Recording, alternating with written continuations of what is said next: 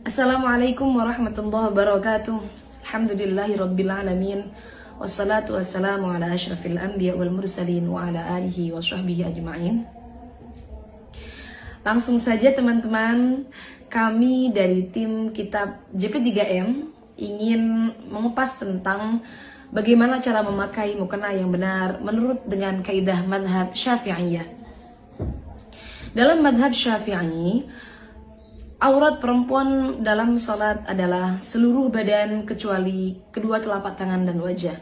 Yang mana kita tahu bahwa wajah batasannya adalah dari arah menyamping seperti ini, dari mulai telinga satu ke telinga yang lain. Kemudian untuk atas dari mulai tumbuhnya rambut kepala sampai dagu. Ingat, dagu termasuk batas wajah. Dan ada satu kaidah dalam madhab Syafi'iyah, yaitu menyempurnakan perkara yang wajib maka hukumnya wajib. Sehingga cara memakai mukena yang benar seperti yang kalian lihat saat ini, yaitu adalah dengan menutup rambut-rambut kepala, rambut-rambut bayi yang ada di ujung-ujung sini itu. Kemudian dengan menutup dagu tidak terlihat, karena ini termasuk menyempurnakan perkara yang wajib. Dan juga pastikan rambut tidak ada yang keluar. Bagaimana kalau rambutnya banyak kecil-kecil di muka? Maka tentunya itu adalah rambut muka, bukan rambut kepala. Yang wajib ditutup adalah rambut kepala. Selesai pembahasan tentang wajah, mana yang boleh kita buka, kemudian kita akan masuk ke pembahasan tangan. Dan untuk tangan, seperti yang kita tahu, yang dimaksud dari kedua telapak tangan yang tidak termasuk dalam aurat perempuan dalam sholat adalah pergelangan tangan. Jadi sampai batas ini, batas pergelangan tangan.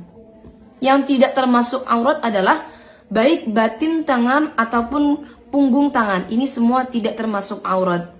Tapi yang perlu panjenengan ingat, karena batasnya adalah di sini, pergelangan tangan, maka menutup sedikit bagian daripada pergelangan tangan hukumnya adalah wajib. Karena sesuai dengan kaidah yang tadi sudah kita bahas, yaitu adalah menyempurnakan perkara yang wajib, hukumnya adalah wajib. Sehingga teman-teman untuk menutup harus seperti ini. Nah, mohon maaf ini mukena saya agak seret. Nah, seperti ini. Menutup sedikit daripada pergelangan tangan.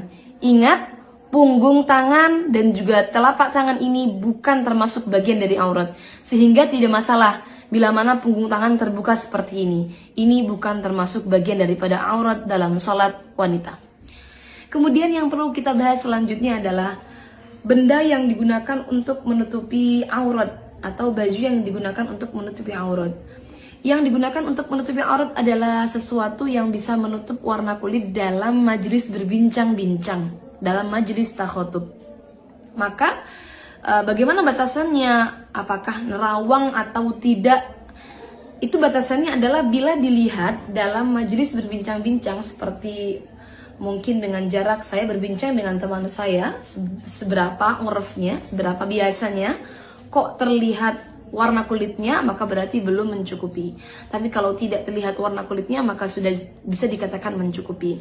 Seperti halnya mungkin mukena yang ada bordirnya, kemudian bordirnya ini agak sedikit menimbulkan bulat-bulat atau bolong-bolong kecil, maka bila mana tidak sampai memperlihatkan warna kulit dalam jarak majelis berbincang-bincang, ini tentunya tidak masalah atau tidak mengganggu keabsahan sholatnya. Dalam artian mukenanya tetap bisa dipakai untuk menutupi aurat dalam sholat.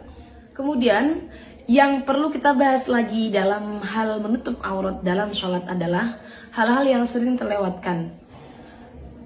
Yang pertama adalah longgarnya mukena, tangan mukena yang dipakai, sehingga ketika longgar, maka ini akan turun sehingga memperlihatkan pergelangan tangan yang tadi, yang mestinya tetap wajib kita tutup ya. Kemudian tidak menutup bagian dagu, biasanya menggunakan mukena seperti ini. Nah, ini memperlihatkan bagian bawah dagu, yang mana ini termasuk aurat dalam sholat. Kemudian kebiasaan yang salah adalah tembusnya rambut-rambut di belakang kepala ini. Karena perempuan biasanya rambutnya panjang, kemudian ketika digulung ke atas, maka rambutnya tembus ke mukenanya sampai keluar. Nah, ini juga perlu diperhatikan, jangan sampai tembus. Teman-teman bisa mengatasi dengan mungkin menggunakan tutup atau ikat yang sampai menutup bagian belakang, atau dengan menggunakan tutup lagi di luar mukenanya. Jadi pastikan jangan sampai terlihat dari belakang. Kemudian selanjutnya yang sering terlewatkan adalah perlu diingat bahwa batin telapak kaki itu tetap termasuk aurat perempuan dalam sholat. Sehingga ketika sholat maka pastikan ketika dalam keadaan sujud batinnya tertutupi. Ketika dalam keadaan ruku maka bagian kakinya sudah tertutupi. Jangan sampai cingkrang mukenanya. Dari seluruh keterangan yang sudah saya sampaikan tadi, yang mana diambil dari beberapa kitab bermadhab Syafi'i, maka bisa disimpulkan bahwa mukena yang paling aman untuk perempuan dalam madhab Syafi'i adalah mukena terusan. Memakai mukena terusan seperti yang saya pakai seperti ini. Kenapa? Karena ini akan menutupi aurat perempuan dari arah-arah yang wajib ditutup, yaitu dari arah atas, samping, dan juga menutup bagian bawah telapak kaki, karena telapak kaki termasuk dalam aurat wanita. Untuk teman-teman yang menggunakan mukena potongan, maka pastikan bagian leher tidak terlihat dari arah samping.